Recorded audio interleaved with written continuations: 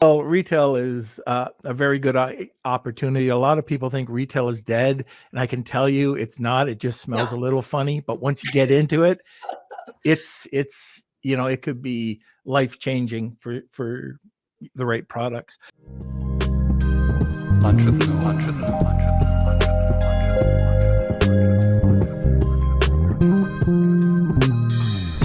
Hey everyone, this is Norm Farrar, aka the Bird Guy here, and welcome, not the Bird Guy, the Beard Guy here, and welcome to another Lunch with Norm, the e-commerce and Amazon FBA podcast.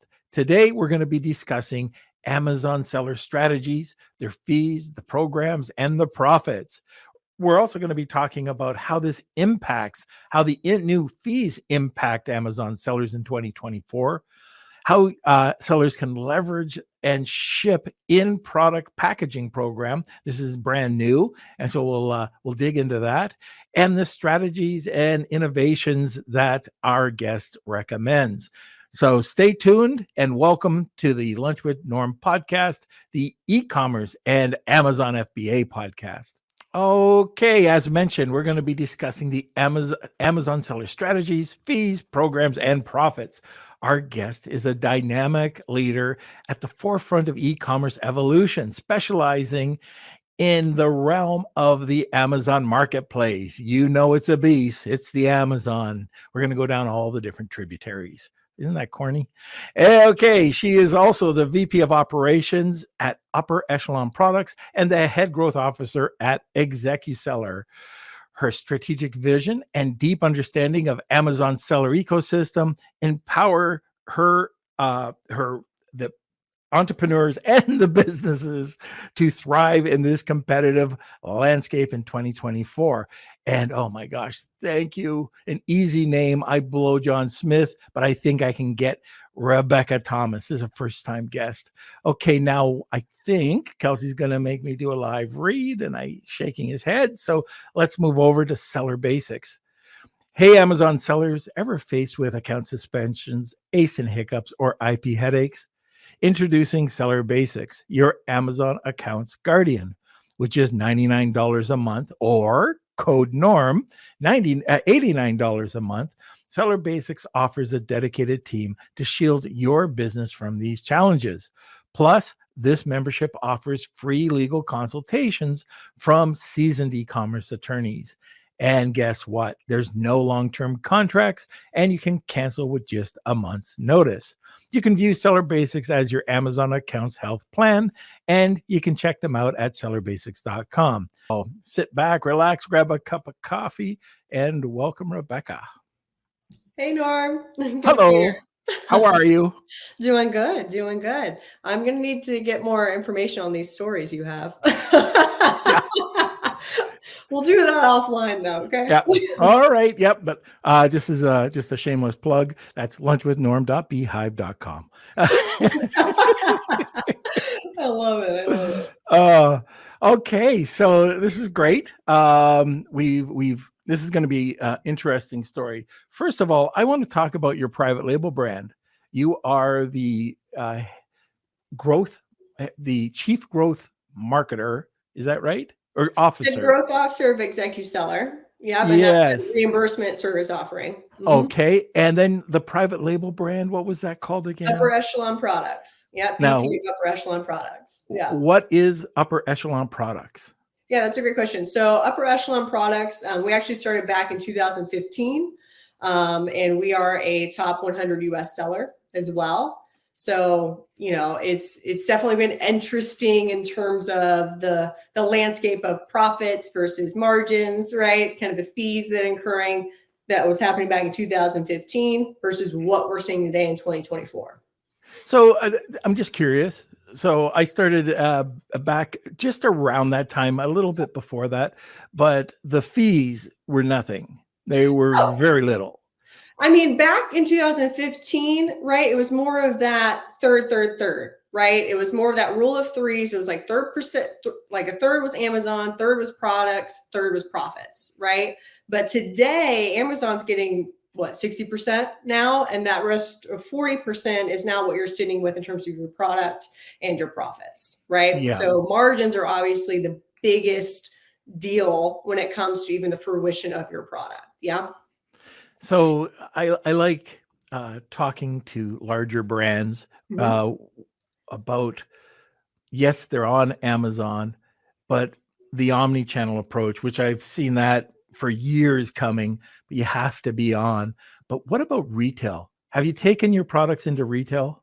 So we are omnichannel.coms. That's where we land.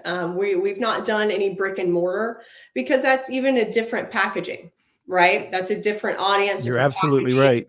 I know, for example, we are in Walmart, right? And I know there's been plenty of sellers, larger sellers that do well on Walmart, and then Walmart kind of elects them to brick and mortar in that fashion, right? Pitch day. And you can get a good PO going that way, right? You can Yeah. get hundreds of thousands of units going. And there's nothing wrong with that, right? But just kind of where we rock and roll is .com and being able to use, even leverage MCF, right? When it comes to our TikTok shop orders, for example. Right. So that's kind of where we rock and roll is what can we do more on this virtual shelf, right?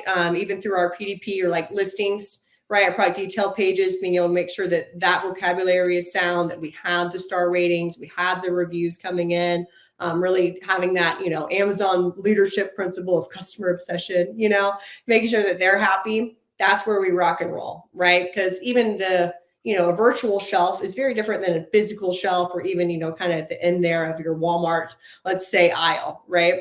So we stick out a brick and mortar for now and target just .coms. All right. So we're going to have to talk. Yeah, I got a lot of tests to talk about. Retail is a very good opportunity. A lot of people think retail is dead, and I can tell you it's not. It just smells a little funny, but once you get into it, it's it could be life-changing for the right products.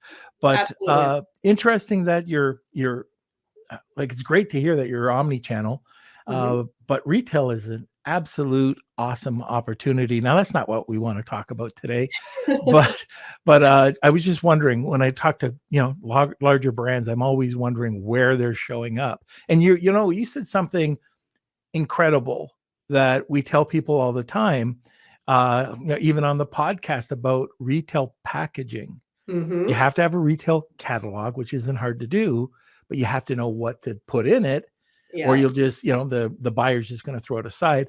And the retail packaging is nothing like what you can do on Amazon. And it's so important that you said that. Absolutely. Absolutely. Actually, it was funny. I was in Whole Foods the other day, even, right? Guy scanning me out and he was like, oh, they changed the packaging of this product, right? It was a whole food brand. It was a buffalo sauce, right? But even he was saying, from his familiarity of just working at Whole Foods years, that he's like, yeah, they change packaging for at least 60% of their products every year. That's all they're doing, right? And so it's interesting. And as we know, even brick and mortar, the normal turn is going to be 8+ times annual, right? Amazon's very different than that. Your virtual kind of 3PL where your inventory is landing is different turn rate than what you're going to see in retail. Yeah. Right. Okay, now let's get into what we're going to talk about. And that is the new fee structures. So there's so many different fees that have been introduced over the last year or so. You want to get into them and just kind of break them down for the listeners? Yeah, absolutely. And, I'm even going to reference, right, is that this week, even they had Amazon's like Q1 2024 earnings report, right? So a couple of things that stood out to me, even in that conversation that Amazon's hanging their hat on, right, is we've revamped our US inbound fulfillment architecture, right? We are allowing better inventory placement. We're going to have our 60% of our Prime orders, I think Andy Jassy was saying like 60% of Prime orders are delivered same day or in one day, right? And they're hanging their hat on that, as they should, right? They said customers want products, they want them to be everywhere, and we want to get them there as fast as possible. They said this a couple of years ago, but now it's actually occurring here in 2024. So all of that is going to obviously dwindle down to, even they said, we work with sellers and retail partners to achieve this, right? I'd say work, right? It really translates into there's going to be fees involved, right? Someone's got to pay the bills, right? Keep the lights on, keep the inventory, right? So what we're seeing this translate into is things like our low level inventory fee, right? And in parallel, our inbound placement fees as well. Yeah. Basically, what they're saying is that a mix of one, we can't have low inventory, right? We got to have many locations, multiple locations. You're going to get a discount for sending into 4+ locations. You're going to get no fee at 4+ locations. But 2, 3, you're going to get a surcharge. If you're only sending one location, you're going to get the biggest charge, right? And so it's interesting because it's this balance of the seller knowing these fees are going to incur if they send in too little. It's already known, right? Our long-term storage fees, we know we incur if it's been there too long or too much inventory, right? At 180 days now. Right. And they're catching it on both ends. Absolutely. Right. And so now we have this middle ground now being covered, we'll say. We're working with them in terms of where our locations in our inventory are. Now, what's interesting is that you also have to understand that the more locations your inventory exists, the better ranking you're going to have, right? So, for example, if you're saying, hey, I'm only going to send inventory on East Coast because that's just where, I'm going to have the less fees, whatever, but you're not stocked West Coast, your organic ranking is going to go down a lot because they're not going to push your product as a tool, right, to those customers. That's what I was just going to say. If you're not, people used to, at least a few years ago, they used to try to trick the system and only go to one location. And they were just killing themselves because Amazon doesn't want to spend the money, so they're not going to promote you if you're not in those locations. Absolutely. Right. And so again, it's this two-sided coin that we have to now play with our more limited margin and limited profit that we're getting in terms of these compared to the fees, right? Of saying, okay, now I know I need to send in enough inventory that I am in multiple locations, right? This helps organic ranking. It also obviously helps the shipping speeds that we're partnering and working with Amazon to achieve, right? But being able to know how much that fee actually is, right? They're starting to walk into it. I know that something that I leverage a lot is their SKU economics report, right? Originally, you could go through your FBA dashboard and click into a specific SKU, and that would bring you just that SKU's economics. But now they have a full report. So if you go to your homepage, reports, SKU economics, it's more of your bulk download, your bulk upload, right? I always tell people, go ahead and go into that SKU economics report, click everything, download the last month, just so you can see what all data is present. And then you can start tailoring your selections, right? Maybe you want to hone it specifically on fees, for example. So even when you're doing, let's say, your low inventory fee, that SKU economics is going to give you the low inventory fee per unit, per quantity, and the total, right? So it's going to walk you through those specific things, but more in a bulk download and not just like an individual SKU by SKU. I can only imagine the sellers that had like 2,000 plus SKUs that they're dealing with trying to do that. So definitely check out that report. They're constantly updating it. What I do find interesting though, as well, that was announced, like May 1st. So what is that? 2 days ago, the low inventory fee, they're delaying again, right? They first said, oh, we're going to hit you in April. But then they said, just kidding. We're going to credit you back April. We'll incur in May. But now I do believe they're moving it back to mid-May. May 14th is when that fee is actually going to start hitting. People really don't like this new fee. Sellers, I think, are just getting nickeled and dimed now. And you hear it all the time. Oh, this is a good thing. The people that handle this properly will actually benefit from it. The problem is the high majority don't handle it properly, and they just keep spending more and giving it to Amazon. Absolutely. I mean, there are some exceptions on the low inventory, right? So we know in this update that they did 2 days ago, even that they said, products that are that have sold less than 20 units in the past 7 days don't incur a fee, which is good, right? I know I have some clients that they're like, hey, we have certain SKUs that we only send in maybe 20 units and sell 10 a month, right? They're intentionally keeping that low just because that's the volume. Mhm. You know what I mean? Maybe they actually, going back to our omni-channel conversation, I know that particular SKU, they rock and roll all day through their D2C site, right? And so they don't need to send in that much in Amazon when they're already successful on a different channel, right? One of the other exceptions I know is tying back to their, kind of AWD, right? They're like, if Amazon or Amazon Managed Services is excessively delaying, right, the process time, that they're going to proactively reimburse the fee, right? Now, that one's a little odd to me and very gray, right? What is excessive? Also, how do I prove that you reimburse me? Right? So there's some questions there in terms of what that definition is, but it sounds like they're trying to do some sort of handout similar to how they do automated reimbursements. But again, we'll talk about that later. They do a little bit, but not a lot of it, right? And then I do know that they went ahead and, especially with Prime Day coming up in July, made a statement there in terms of having some fee exceptions during Prime Day, right? Kind of extending that window. I do believe it was 4 weeks following Prime Day that they were going to kind of pause on those low inventory levels. So how do you, I'm curious, and I'm just going to go down a different rabbit hole for a Yeah. sec. Prime Day, inventory. So with the way that they've got it, where it's like Goldilocks and the Three Bears right now, right? you've got to be right in the middle. So how do you set up?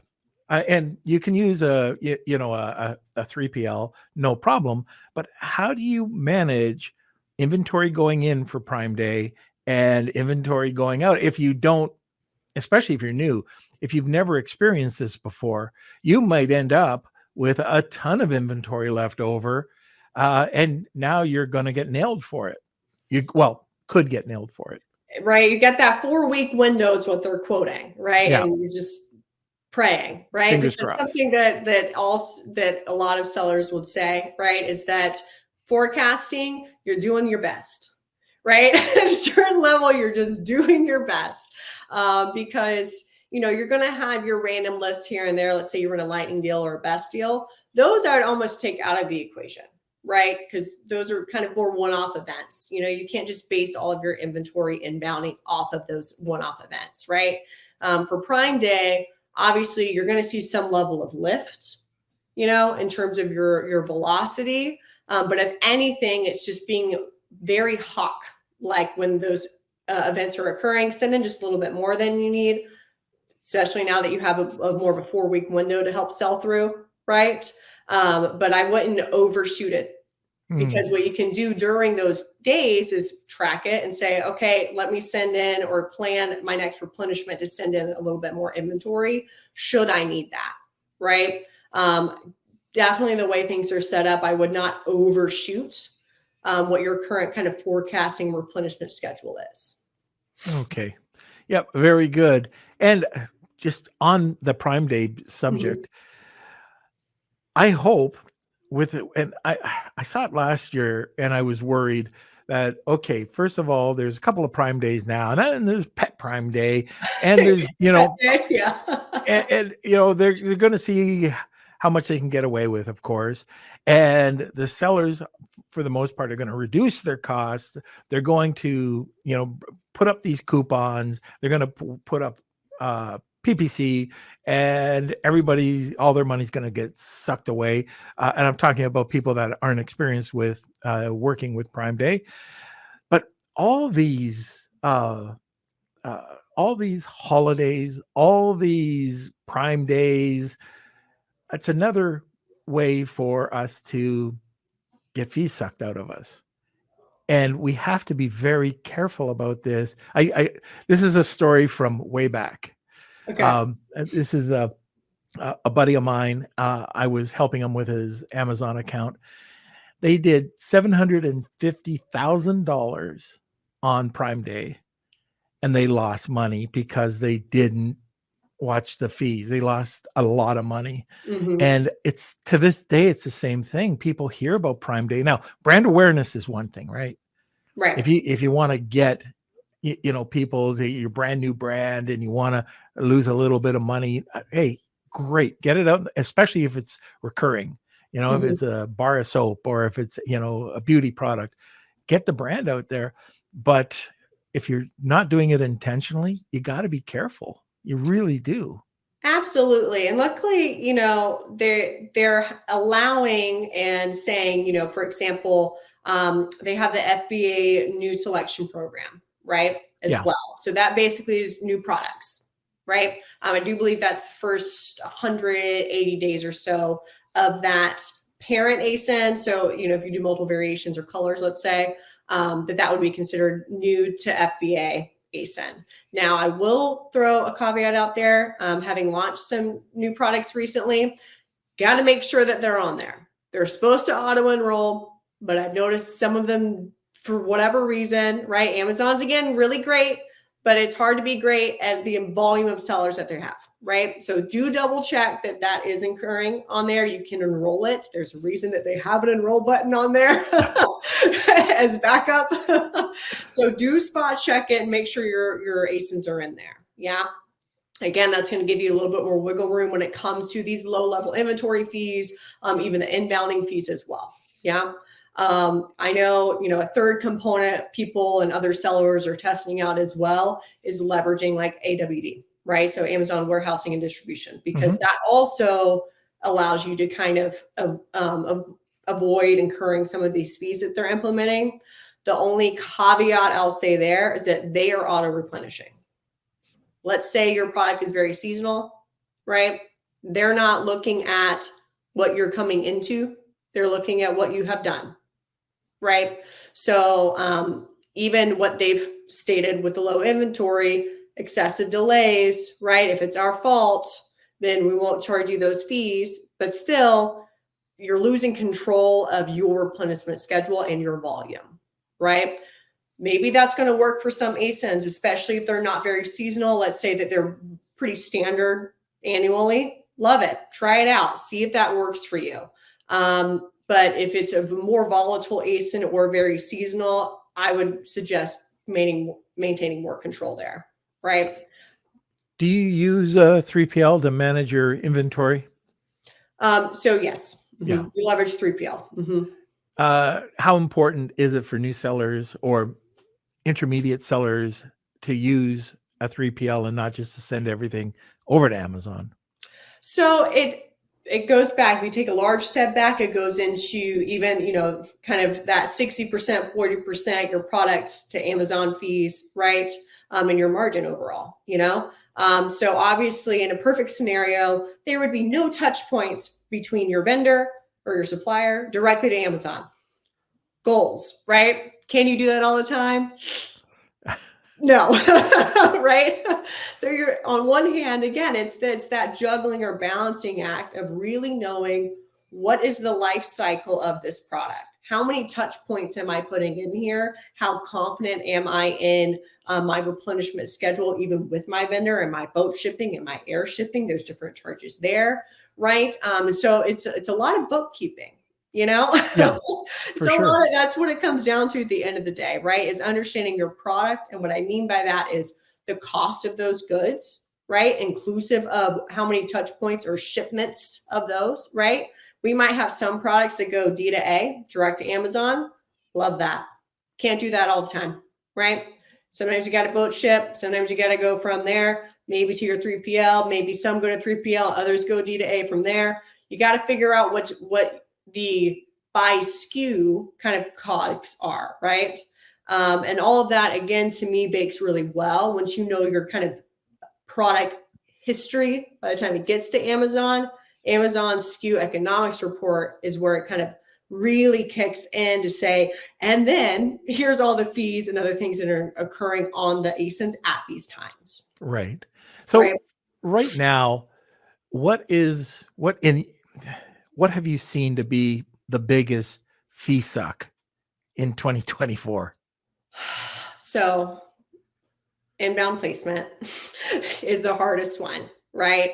Only because, again, if you're sending to one location, you're not splitting shipments, you're not doing the 4+ locations, you're going to get kicked with the most fee, right? Actually, recently there was, I'm on a different newsletter, and he had kind of done a little post prior of like, hey, a way to avoid inbound placement fee. I was like, oh, I'm so ready for this week's issue. I'm going to get in here. I opened up the newsletter and I looked at the Twitter he was referencing, and it was an April Fool's joke. Oh. It was the saddest day. I mean, it was funny on one hand. On the other hand, me and a lot of sellers were like, man, it's the worst joke, because there's just not a way around it, really, you know? So you got to pick and choose your battles, right? But what's nice and helpful, right, is that they did also this year, right? They lowered some outbound fees, which is at least a nod when it comes to inventory movement. But then they also, did things like ship and product packaging, right? So I could see where they're trying to have some dynamic partnership, right, with sellers. But this end of the day, you have to just know, what are my fees that I'm incurring pre-Amazon? How many touch points am I incurring? As well as once it gets into Amazon, what is happening at that particular product level, right? So even going back to talking about Prime Day, I have more questions and answers when it comes to, well, did it go D to A, right? How many touch points did it have before it even got there? Because that's your margin. Right. That's what you're playing with by the time you kick it in. Your coupons, which have different rules now, right? So there's that.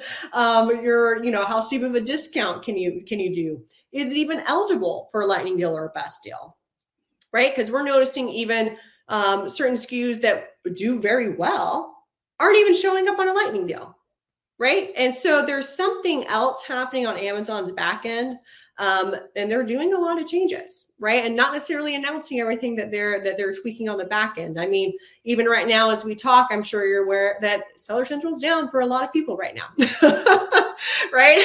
People all of a sudden, I got my WhatsApp group blowing up, like I can't see anything, right? It happens. So they're doing things on the back end, and part of what makes even this game so interesting, I'm sure for you as well, right? From 2015 today, every day's been different, right? Wild, wild west. And that's also what makes this so much fun, Yeah, we've definitely had to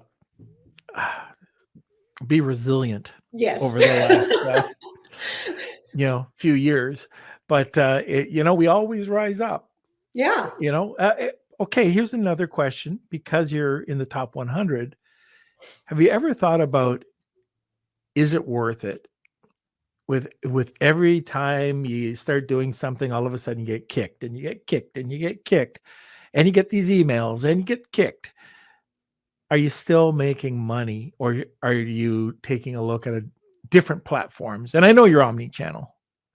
Yeah. And you have to be, right? And a lot of that is even, in your own personal finances, right? You'll want to have diversification there.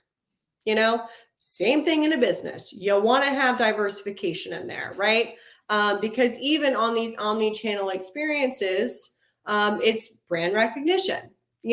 People are so-and-so is going to see their brand. Maybe you go to a friend's house, see one of your blankets, right? And they go purchase it, but happen to purchase from Amazon, right? That's just how it works. And so being able to just ensure that you're opening up your visibility, right? Back in the day, there was a lot more like Google ads and things happening, right? But in general, being able to say, hey, I am open for business, right? Wherever customers need to find me, I'm going to be there for them, Now, when it comes back to your question on getting kicked or whatever, I mean, it definitely takes someone with thick skin, I would say. And I'm personally always been very competitive, right? Very competitive, always been an athlete, So for me, it's being able to take these changes in stride and problem solve. Love problem solving. That is my jam. If I had to do the same thing every day, I wouldn't be in this business. I wouldn't be able to be in this business or this role, right? But being able to have new challenges and being able to, take them for what they are, being able to adjust and pivot to continue optimizing, to continue to scale.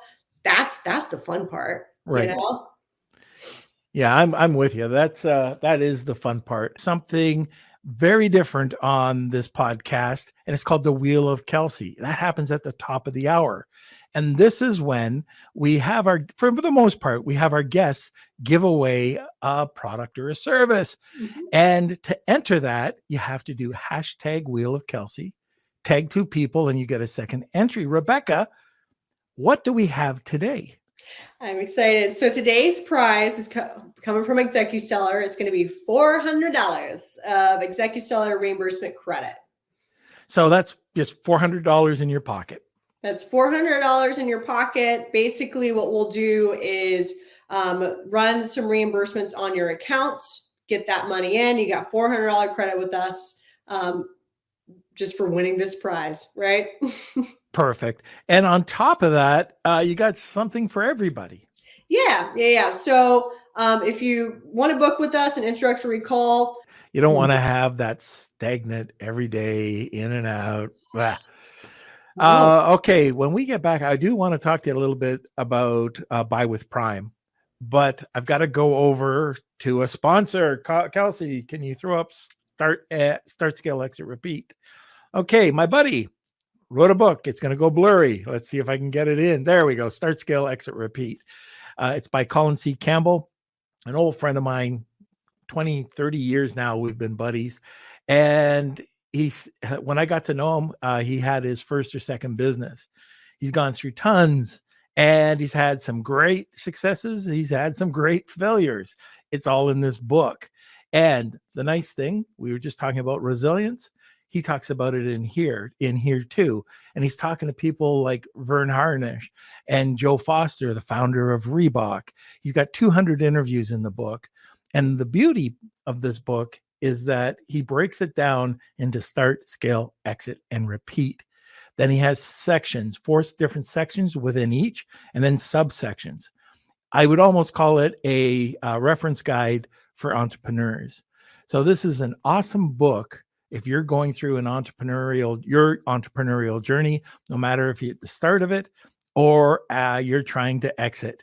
You could get this on Amazon, either through Kindle, softcover, hardcover, or you can listen to it on Audible.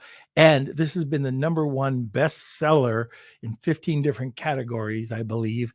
And this week, it was #2 overall in small business. So it's got some legs. Check it out.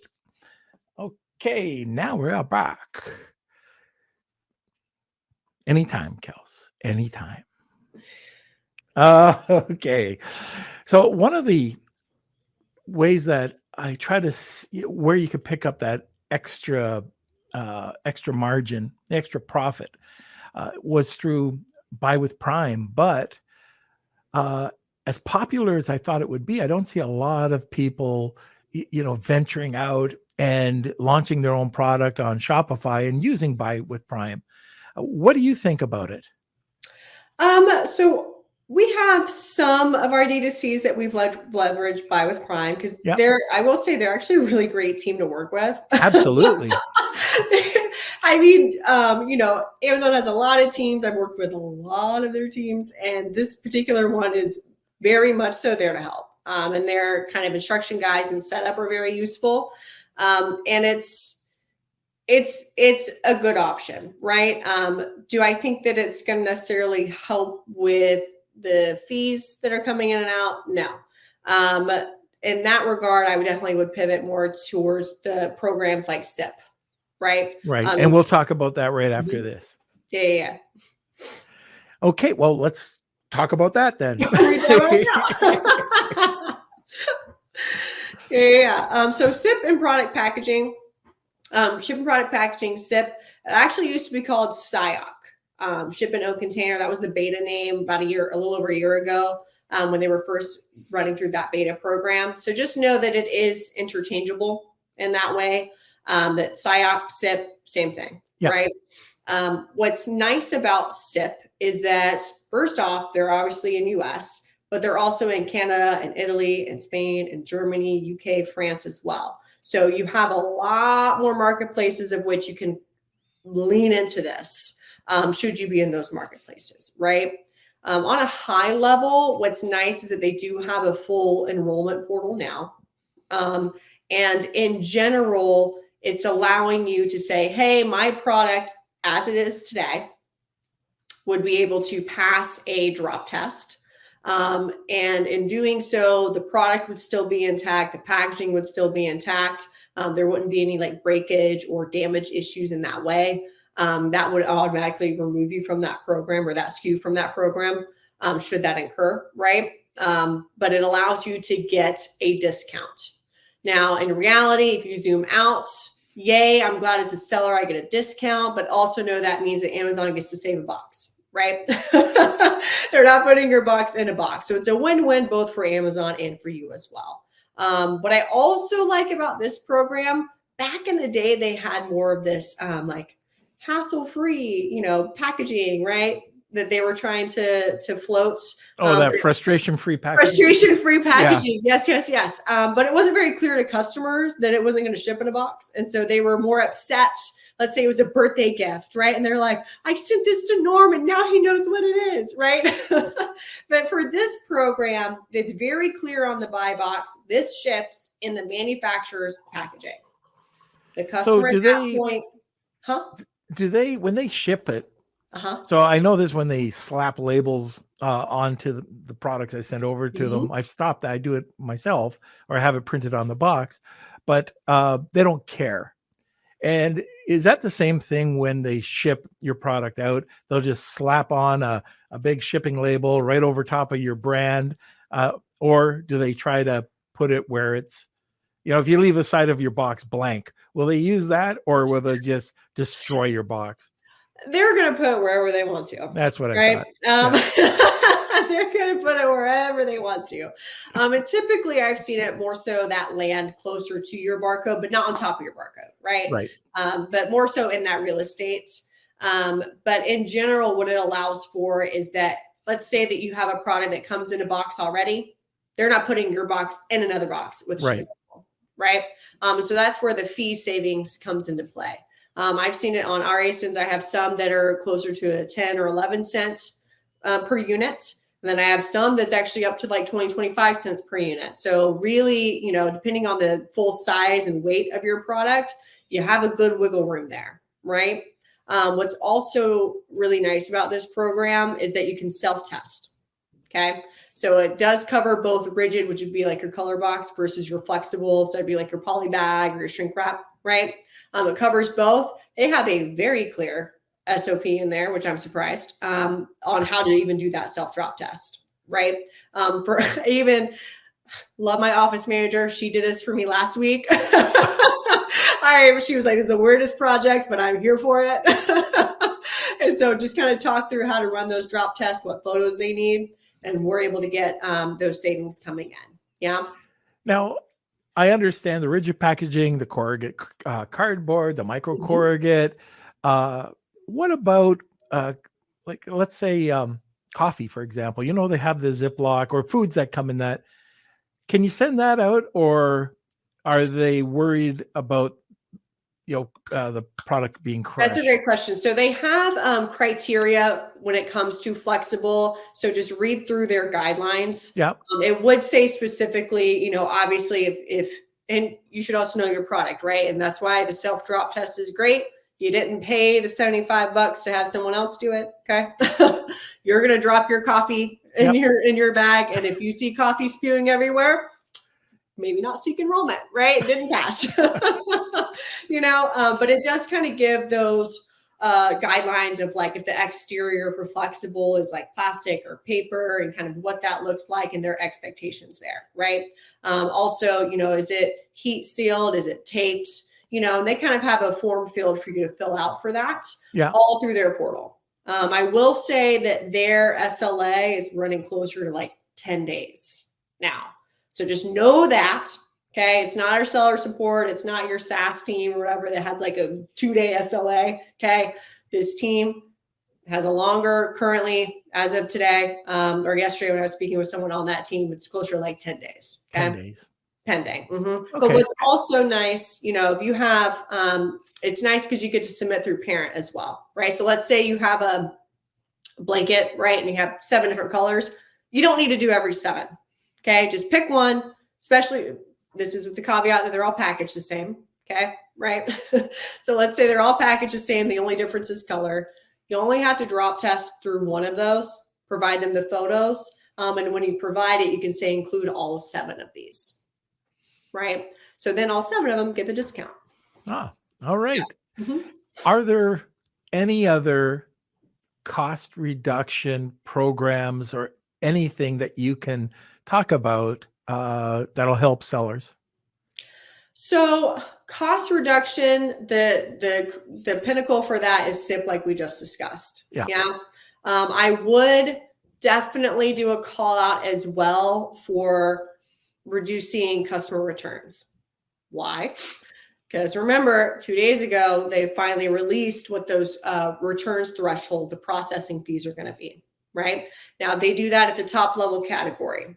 So what you can do is already navigate. You can just type in returns processing fee right into your search bar. It'll pull up the whole page for you. On that page, you'll see those top level categories and those return thresholds, right? When you go into your FBA returns portal, you can go by SKU, you can go by that top level category, whatever, but it'll start telling you which of your products are above that threshold, okay? And we have between now and June to figure out how we can course correct. To what degree do we need to course correct? Should there be an ASIN in trouble? So this is more preventative, I would say, right? There is a full, there's a details hyperlink as well there that will expand and even give you historical. I think you can go back at least through January of this year. I think even the tail end of 2023 starts to populate now. Again, the fee's not going to kick in until June, which you're not going to get charged for June until, let's see, June, July, September, until like September, right? You got 3 months. So June, July, August, September 15th is when you first get hit for your fees. For June, units above threshold. Yeah. Okay. Yep. So definitely take a look under the hood, right? Proactively. How can I avoid or deter some of these fees that are going to be kicking in June? You can also go to there's another section under your growth opportunities as well to reduce customer returns. It's going to give you it'll say, hey, 25 customers in the Q&A were asking about what components or what, tools come with your product, right? So it's already telling you customers are concerned and asking about and kind of confused on your PDP or product detail page, what's going on here. Another opportunity to reduce those returns, right? So definitely start diving into that if you haven't already. Take a look at it on an ASIN level just to know how else you can kind of, again, gain more control of your listings, gain more control of your products so that you're not just going crazy with all these fees you're starting to run into.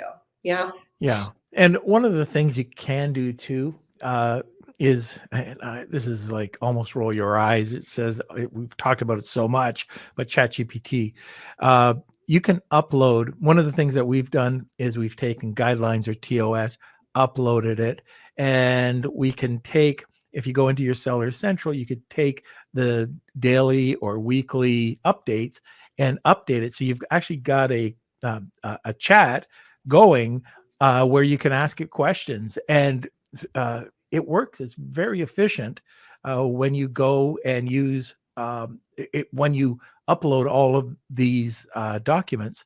The other thing too, when it comes to Amazon, there is an app out there called Frequently. Now, I've used it a lot. I don't know if they're charging for it. They should, but it used to be free. And you could also go there and get a lot of questions answered. But don't forget about these LLMs. They work. as long as you put in the right information. So it's just something that we like restricted words. We were talking about it on our podcast earlier today about just uploading a restricted word list with the TOS and just running our listings through it to see if it picks up anything. That's Absolutely. the same thing here with fees, that you can do that just so you're aware of it. And sometimes like just other things that Amazon's doing just in their forum or in their when you open up Seller Central, they have the forum that's right there. You could just take the information, print it, and upload it. It's very simple. Absolutely. And like, I don't want to get a whole AI tangent, right? Yeah. I actually saw and started watching about like an hour in to the AI talk you did the other day, actually. And it's fascinating on how important even your imagery is going to be. Oh my God. Right?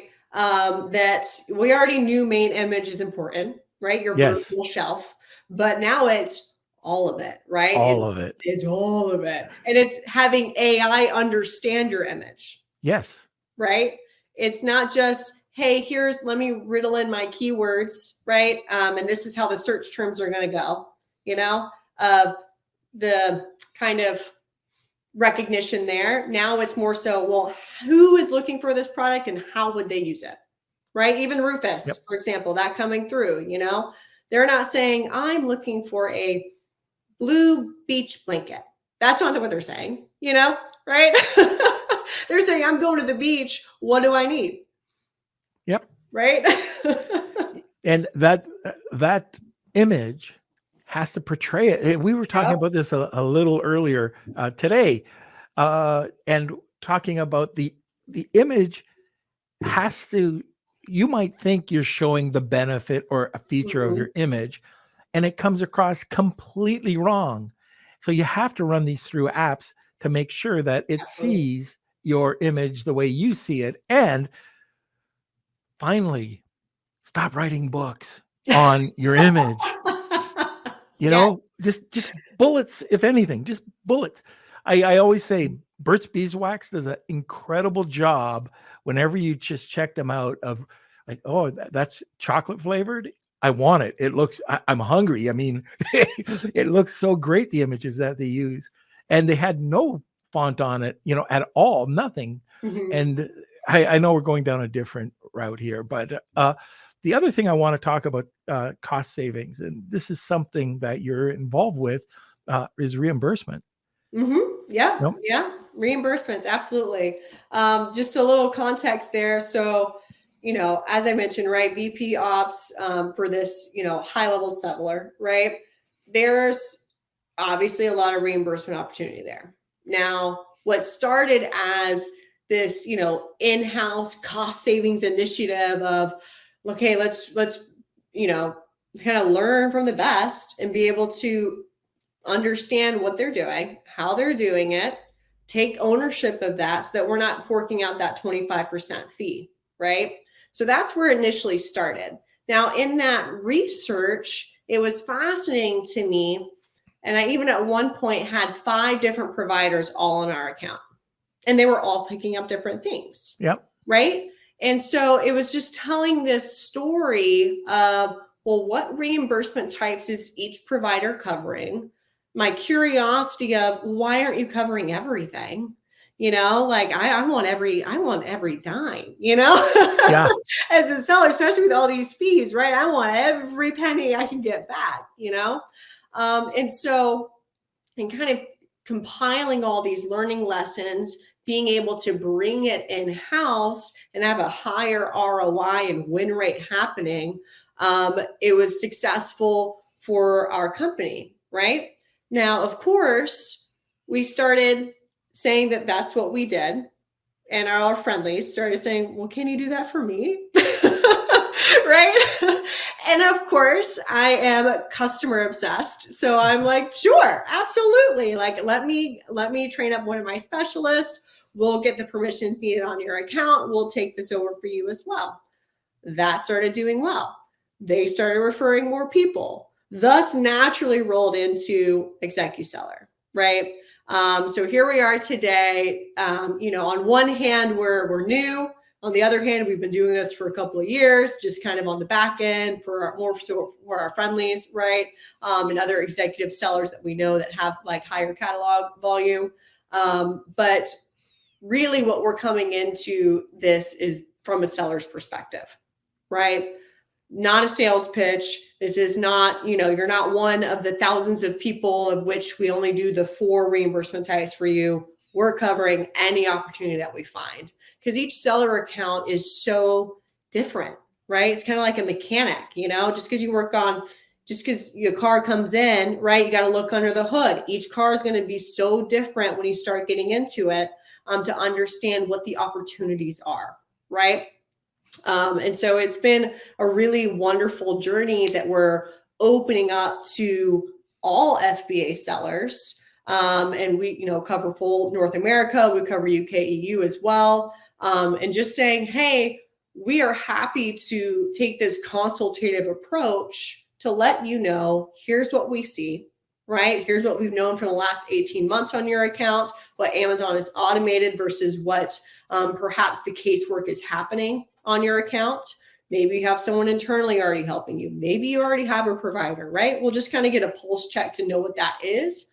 We'll also let you know what we see as reimbursable today, what types are not being covered, and even let you know what was missed, what's no longer eligible, right? And so that just kind of gives a good sense of the actual dollars and potential every account has, right? And it's been a great journey to be able to really help sellers through this journey, right? This profit journey of, Amazon sticking you with more fees. Where can we get money back and some more control back? I know 3. There's one that's not an 8-figure seller. He's a 7-figure, almost 8-figure seller. The other 2 are 7-figure sellers, and they've never, and I can't talk them into it, they've never done a reimbursement. They sell millions of dollars every month, and they will not. They don't go after the program. It's crazy. Yeah, and the reason why, is they think they're going to get red flagged, or the other reason was that, they'll go and measure the size of my box. Well, your box is consistent. Why? I would love, and I would love to speak with them one-on-one, just to help out in that regard. But kind of what I'm hearing is two-pronged, right? First is saying the red flags, right? Or something's gonna happen. So first off, Amazon has a full terms of service of what is reimbursable and not reimbursable, right? They have criteria. They have windows of reimbursements. Inventory overall is 18 months. Some of them slide back more towards 180 days, right? Fees are going to fall in your 90-day window, right? They have all this literature. So nothing there is against terms of service, right? And parallel, all the reports and findings are coming from Seller Central, right? Primarily tied to your inventory ledger reports. They have various dispositions and code reasons of which we filter through because it's its own headache, right? They don't make it easy. Yeah. Right. And then even when it comes to the submissions of those cases to CSU, to seller support, those are all manual. It's required by TOS to not have automated cases going into seller support. Could you imagine the Wild West show that would happen if they allowed automated casework into seller support, right? So that doesn't happen, right?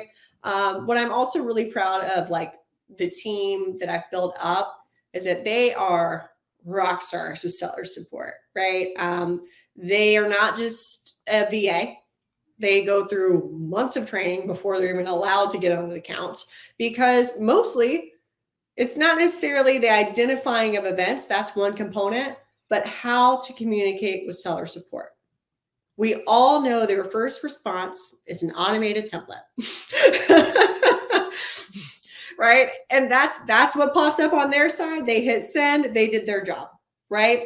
So being able to work through that and partner with seller support to say, hey, appreciate the first response and provide more evidence and more direction of what teams to go to, what things to continue pushing through as evidence. That's where we get that win rate, right? So we're trending well above 98%. Wow. And it's because of the casework.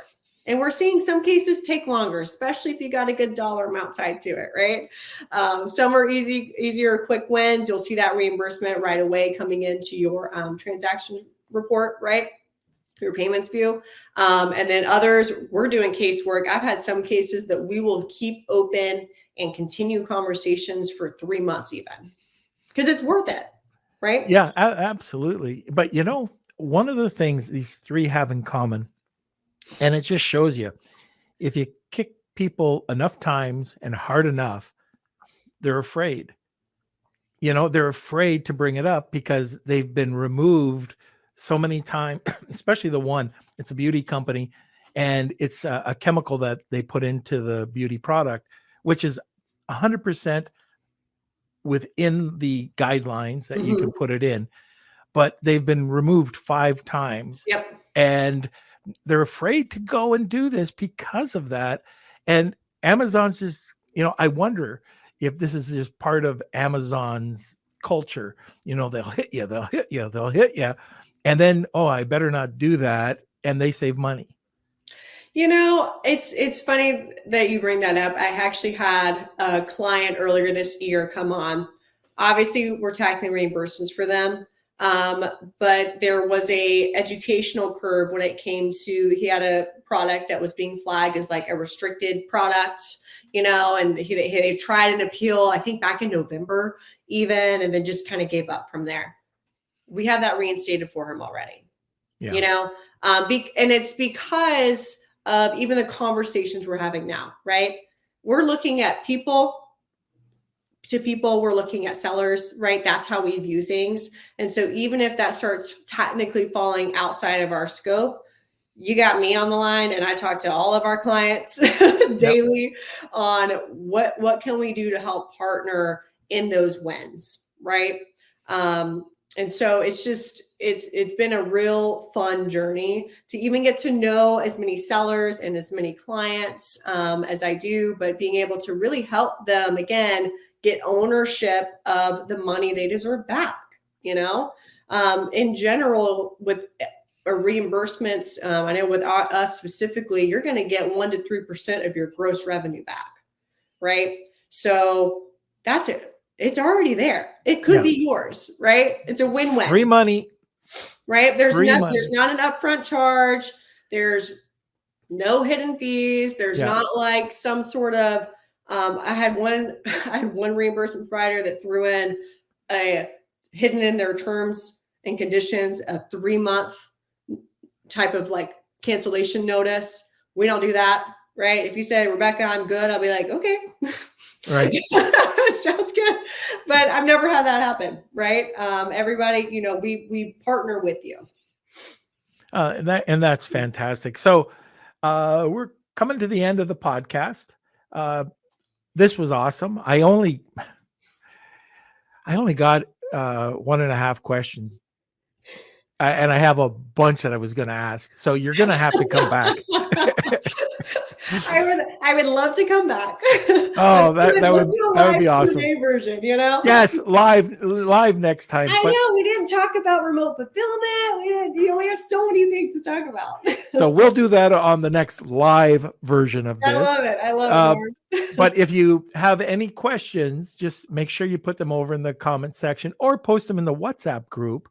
And if you want to contact Rebecca directly, or your company, what's your best contact information? Yeah, so I am already on the Facebook group with you guys, and it sounds like Kelsey had approved my WhatsApp request. Thanks, Kelsey. So definitely feel free to just @ me in there.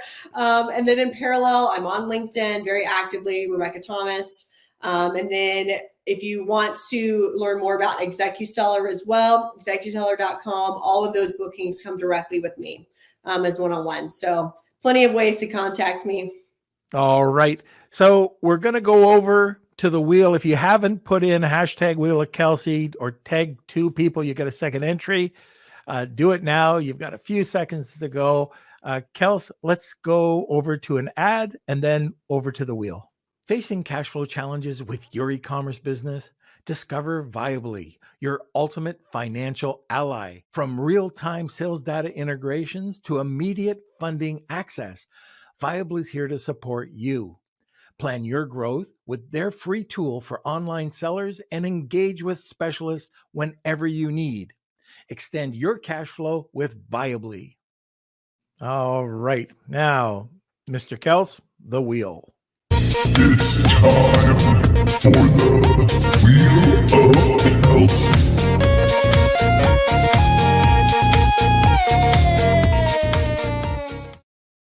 Woo! And the winner, congratulations. So hopefully, I'm not sure how exactly we're going to be doing this when it's 6 o'clock in the morning where we are, but definitely we'll keep everyone updated. We'll be posting probably in the Lunch with Norm Facebook or the WhatsApp group, the winners, and contacting those people directly too. So also probably putting in our newsletter as well. So we'll make sure the word is out. Whoever this winner is, we'll contact them. So Kels, I'm just wondering how you're going to do that, because you're going to be going to bed a half hour before you wake up. Yeah. That's gonna that's a future problem. Did you and you noticed I didn't agree to it, right? So I'm fine. And you volunteered me, so yeah, that's good. Very interesting. Yep. Okay, so that's it. By the way, this is an edit. I have to go back and introduce the Wheel of Kelsey, so I forgot about it. But I'll just add that in right after this. So don't click and go away. I will not go away. Okay. Do we need to All say what they won? What's that? Do we need to tell them what they won? That's why I got to go and do that. I forgot. We got talking so much, I forgot to stop it halfway. So I'll go back to this now. I'll tell you to, I'll just kind of sign off. And then what I'll do is just come back with the wheel. Okay. And tell them what they have to do. All right. So this was fantastic. Just the amount of information that you provided, I loved it. And I hope everybody was able to get something out of this podcast. I know we're not live, but this pre-record was awesome. Thank you so much. And also thank you so much for the Wheel of Kelsey prize today. Want more great information? Don't forget to subscribe by clicking here. Also, if you want to check out our latest podcast, click over here. Lunch with Norm.